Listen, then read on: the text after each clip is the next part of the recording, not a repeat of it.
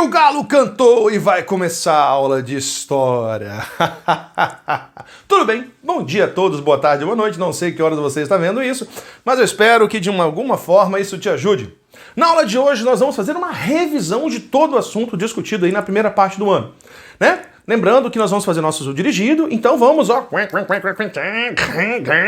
reativar o conteúdo na nossa cachola. Vamos lá então, eu estou aqui, você aí, e o meu galo já está dormindo porque ele está cansado, porque ele cantou. Vamos começar então, pessoal. Primeira questão, lembrando que o assunto que vai ser cobrado lá no seu dirigido é o assunto seria da nossa primeira prova, ou seja, a proclamação da República, a República da Espada, a República dos Coronéis e as revoltas, tá bom? Eu fiz aqui uma revisão, não me preocupei muito com a estética, tá? Só mesmo pra gente guiar a nossa orientação aqui. Bom, a primeira questão é, da onde nasce a República, né? Como que a República chega ao Brasil? Lembrando que nós estávamos vindo aí do segundo reinado de Dom Pedro II, né? A figura aí do monarca português, descendente de Dom Pedro I e assim por diante, algo que você discutiu lá no 8º ano. Nós vimos que a presença de Dom Pedro II, deixa eu te contar, eu vou juntar aqui para você escutar, que a gente já sabe aqui, mas vamos lembrar. A presença de Dom Pedro II era uma presença que incomodava muitos grupos, né? Incomoda a religião, a igreja, incomoda militares, incomoda os proprietários rurais. Rapaz, é uma situação insustentável. Então vamos relembrar isso. Primeiro, proprietários rurais. Por que Dom Pedro II incomoda os proprietários rurais? Bem, primeiro eu gostaria de lembrar a vocês a questão escravista, né? Lembrando a você que em 1888 a princesa Isabel rompeu com a escravidão, dizendo não tem mais escravidão.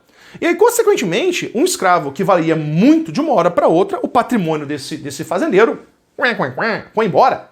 Ou seja, o cara ficou com a mão na frente e outra atrás, quem iria produzir na fazenda dele, assim por diante, é um grande problema. Fora isso, nós temos novos produtores rurais que desejam ter novas relações, mais liberdade, novos recursos que Dom Pedro II não atende, ok? Então nós temos aí a insatisfação de proprietários rurais. Outro ponto importante, a Igreja Católica, ela começa a ficar incomodada com a figura do Estado. Tá? Haverá aí um desentendimento entre o Estado da figura de Dom Pedro II com a Igreja Católica, passando até mesmo pela maçonaria. Por exemplo, haverá uma coisa, numa situação lá no Nordeste, que religiosos vão excomungar membros da maçonaria, e Dom Pedro II era maçom. Então, ou seja, há um desgaste, e a Igreja e o governo de Dom Pedro II não se entendem mais. Tá? A igreja começa a dar passos para trás, sai de cena, como eu saí de cena aqui, e assim por diante. Agora, um grupo muito insatisfeito são os militares. Tá? Esses militares, eles lutaram, né, na Guerra do Paraguai, como você estudou, e consequentemente eles perceberam que diante do exército da Argentina, né, do exército do Uruguai, que lutaram, né, na Tríplice Aliança a favor junto com o exército brasileiro, ele pôde perceber que o exército brasileiro não tinha força política, né? E ao retornar, esses ex-combatentes, agora os heróis, exigem uma posição de mais poder. E Dom Pedro II bate de frente e diz, não, vocês não terão esse espaço. Então nós temos uma insatisfação de proprietários, nós temos uma insatisfação da igreja e de militares, ok? Então essa insatisfação se junta e vai gerar uma força que vai derrubar Dom Pedro II, tá? Não é à toa que a República é proclamada por militares. Por isso que a Primeira República nós chamamos de República da Espada, né? Deodoro da Fonseca, Marechal Floriano Peixoto. Bom, inicia-se a República no Brasil. Lembrando que eu fiz uma discussão com vocês. Quando a gente pensa em república, a gente tem uma percepção da República Francesa, né? É um regime que vai garantir o princípio do cidadão, benefício a todos, parará, parará e parará. Pois bem, só que essa república criada pelos militares, né? E aí, no caso, conduzida também pelos proprietários e tudo mais, grandes proprietários rurais, você percebe que não tem participação popular. Não tem nenhuma participação popular, né? Ou seja, ela está sendo moldada com o objetivo de atender um grupo muito específico. Até porque a população não tem consciência do que está acontecendo. A vida do cara antes da República e depois continua a mesma. Tá? A gente discutiu isso em sala de aula, vale a pena você lembrar essas questões.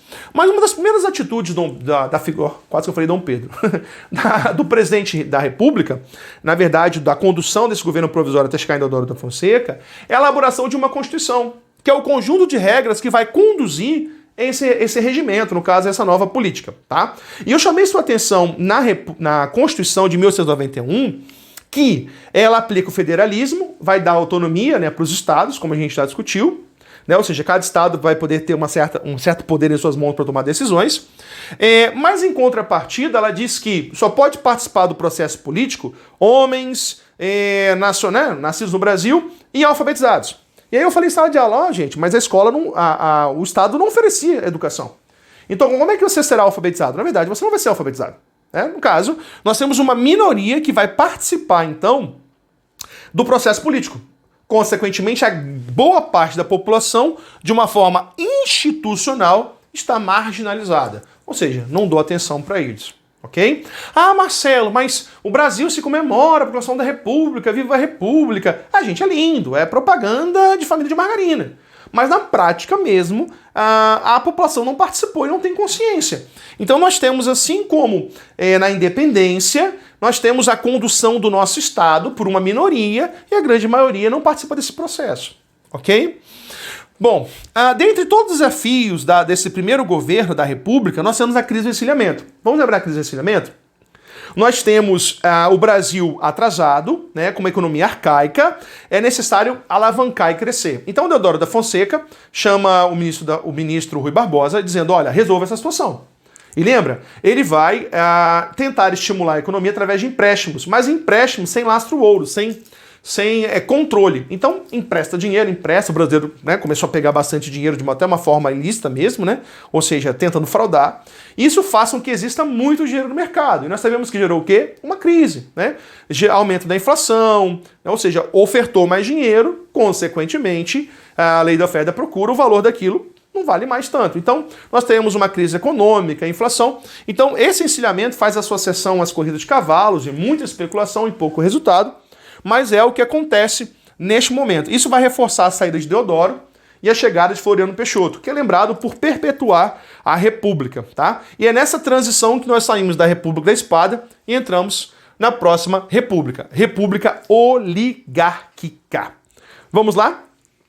Quando eu falo República oligárquica ou República dos Coronéis, eu estou falando de uma minoria no poder. Agora nós saímos dos militares, serão civis. Só que são civis que serão conduzidos pelos coronéis, que você deve saber quem é. Os grandes proprietários rurais, a nível estadual, que vão exercer o seu mandonismo local, que vai chegar até o poder federal, por exemplo. Tudo bem?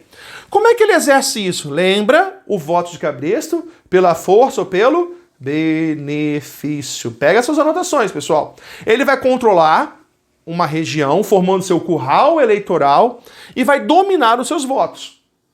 O caso? E aí o que vai acontecer? Ele pega esses votos e vai estabelecer uma relação de clientelismo com os políticos. Olha, eu vou te eleger, você vai ser prefeito, você vai ser governador, consequentemente, eu te coloco como na verdade, assim, vamos lá, voltando, meu raciocínio voltou, tá? Porque eu tava falando com vocês aqui, tava pensando numa questão. Quem sabe eu não coloco para vocês. O coronel, ele vai pegar essa quantidade de votos do seu curral eleitoral, né? E vai destinar um indivíduo. Toma, todos os votos. Só que os coronéis combinam, esse aqui vai ser eleito. Né? Lembra o jogo de cartas marcadas? A gente sabe quem vai vencer?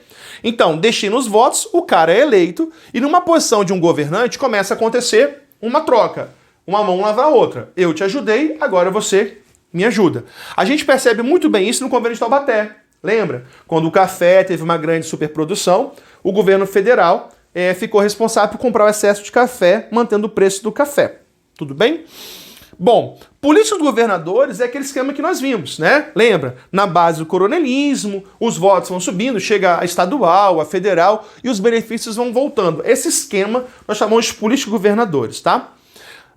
Que chega até a política do café com leite. Vamos lembrar? Política do café com leite é um acordo entre São Paulo, né, o Partido Republicano Paulista, os principais cafeicultores, os mais ricos do Brasil, se associam com os grandes produtores de laticínio de Minas, que é o maior colégio eleitoral, fazem um acordo chamado Política do Café com Leite, que visava reforçar essa troca, né, na presidência, né, ou seja, fazer um monopólio na presidência, não permitindo que os outros estados participassem.